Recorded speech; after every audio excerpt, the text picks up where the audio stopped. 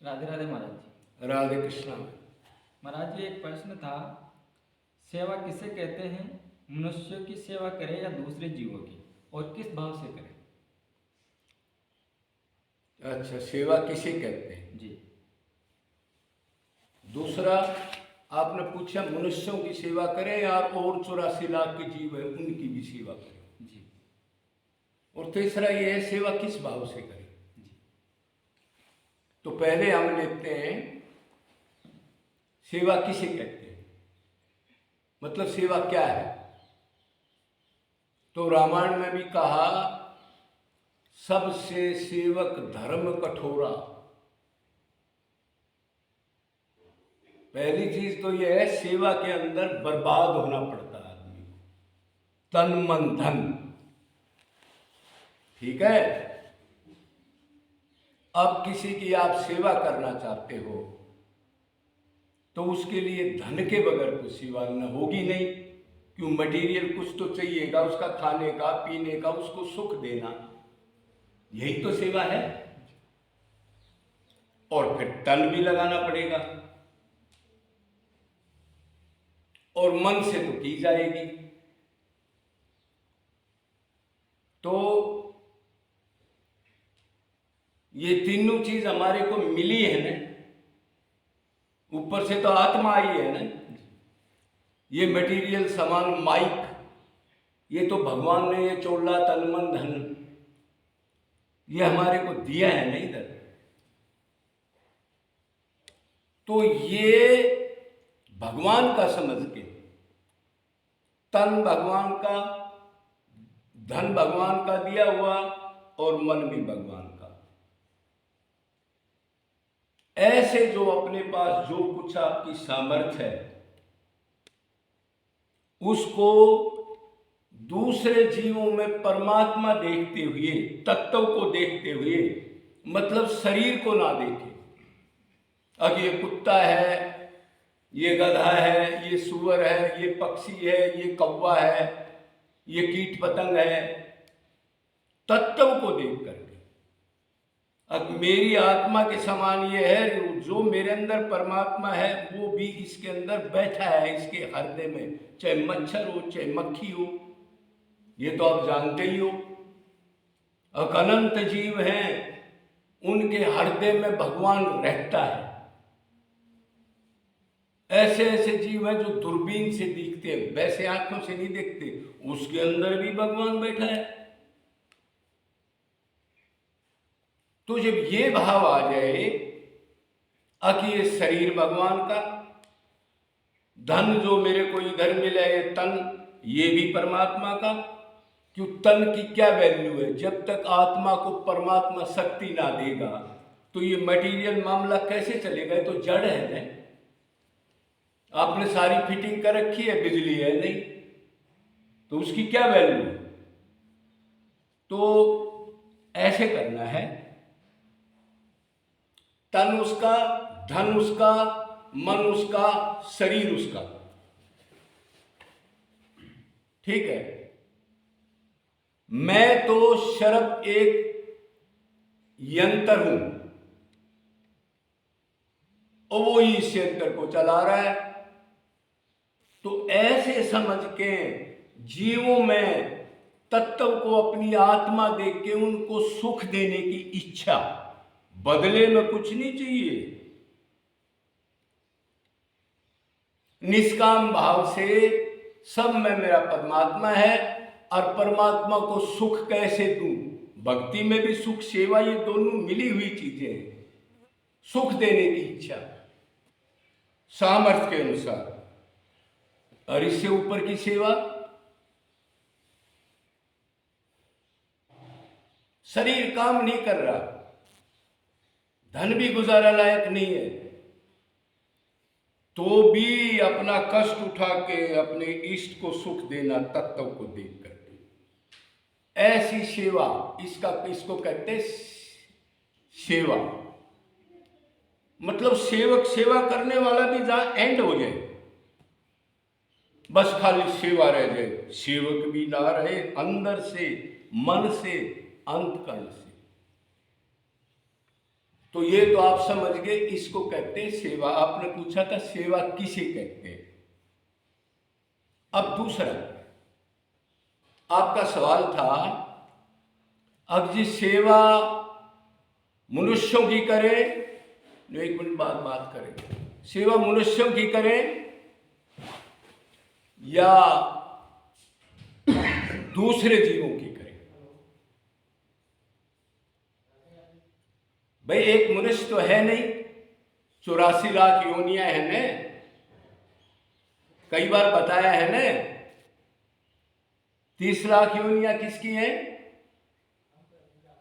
पेड़ पौधे लता बेल वृक्ष घास फूस की। 27 लाख योनि कीट पतंग मच्छर मक्खी की। 14 लाख योनि पक्षियों की। 8 लाख योनि पानी के जंतुओं की। 4 लाख योनि में मनुष्य देवता, 4 पैरों वाले पशु जानवर। तो एक मनुष्य तो है नहीं जो आजकल ये प्रचार कर दिया अब बस इनकी सेवा करो।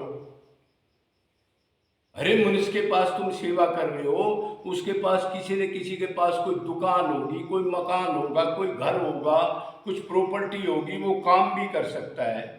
और ये दूसरे जीव कहां जाएंगे?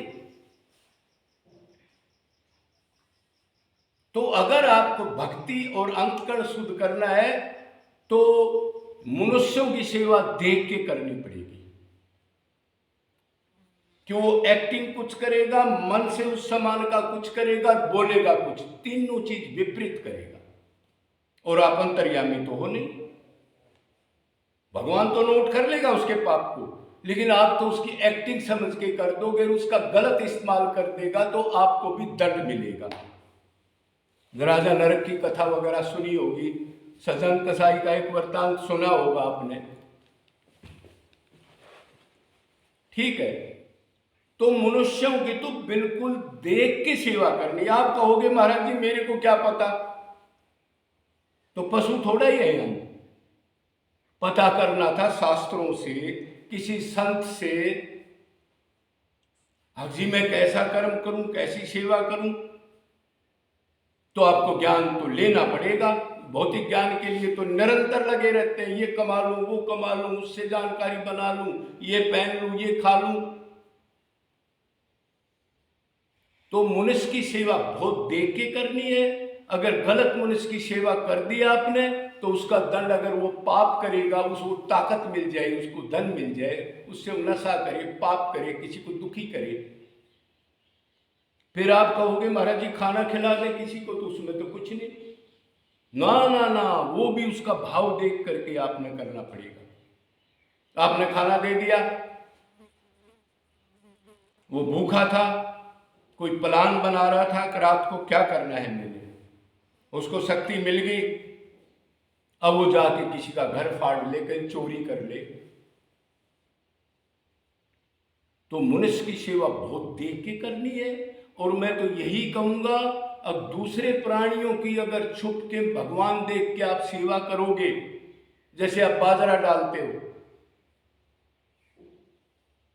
शरीर में भगवान भगवान कर रहे हैं, बाजरा भगवान है, कबूतर भगवान है, भगवान की चीज में निमित्त मात्र एक दोषी कलजुगी आदमी, पापी आदमी को भगवान ने ऐसी बुद्धि दे दी, ये उसकी कृपा है, ये सेवा करो, ऐसी सेवा करोगे।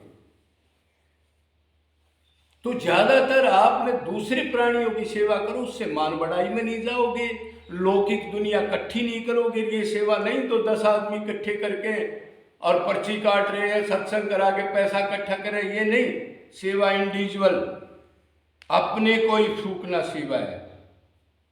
ये नहीं कथा कर रहा है उधर, नीचे बैंक के नंबर दे रहा है, अपना घर सेफ है, महाराज जी बहुत बढ़िया सेवा कर रहे हैं, और फोटो खिंचा ले, ये सेवा नहीं होगी। तो मेरा कहने का मतलब ये है, दूसरे प्राणियों की सेवा भगवान देख के करोगे तो आपका अंतकरण शुद्ध होगा, मान बढ़ाई नहीं होगी, आपके अंदर कोई सेवा का नहीं पाएगा, लोग ये नहीं कहेंगे कि ये बहुत बड़ा धर्मात्मा है, उसी का अहंकार हो जाएगा आपको, और लौकिक लोगों से जुड़ जाओगे, वो तरह तरह की बात करके लौकिक कर्मों में लग जाओगे आप। इसलिए दूसरे प्राणियों की सेवा श्रेष्ठ है, अगर करके कोई देख ले। तो ये सवाल क्लियर हो गया, मनुष्य की करे या जीवों की करे। तो मनुष्य की तो बहुत देख के, उसके पास सारा सामान भी है। जो आज ये संत सेवा हो रही है, संत की सेवा तो करनी चाहिए, संत भगवान का रूप है, लेकिन कितने संत हैं आज, वो बेचारे छुपे हुए हैं, एक तो सेवा चाहते नहीं। बाकी ये थोड़ा ही कोई कपड़ा लगा ले, दाढ़ी ये लगा ले, 6 महीने में जा करके सामान इकट्ठा करके माला डाल करके घर छोड़े और उसका दशा पता करे या अपना लौकिक व्यवहारिक कर्म करे, फिर बैठ जाए आकर के। ये जो आजकल भंडारे हो रहे हैं, इनका क्या रूप है? भंडारा करने वाले को तो मान बढ़ाई चाहिए, मैं धर्मात्मा हूं, बड़ा संत बन गया, वो लोग और इकट्ठे हों, प्रणाम करें, उसका वैभव बने। और दूसरे तरह तरह के लोग घर छोड़ करके और इधर आकर के कुछ माल मिल जाए, कोई दान दक्षिणा दे दे और खाने के लिए तरह तरह के 10-10 भंडारे एक एक दिन में करते हैं। और तिलक, कंठी, माला, संप्रदाय सब रेडी है उनके पास। तो इससे क्या है? इससे तो पाखंड फैलेगा।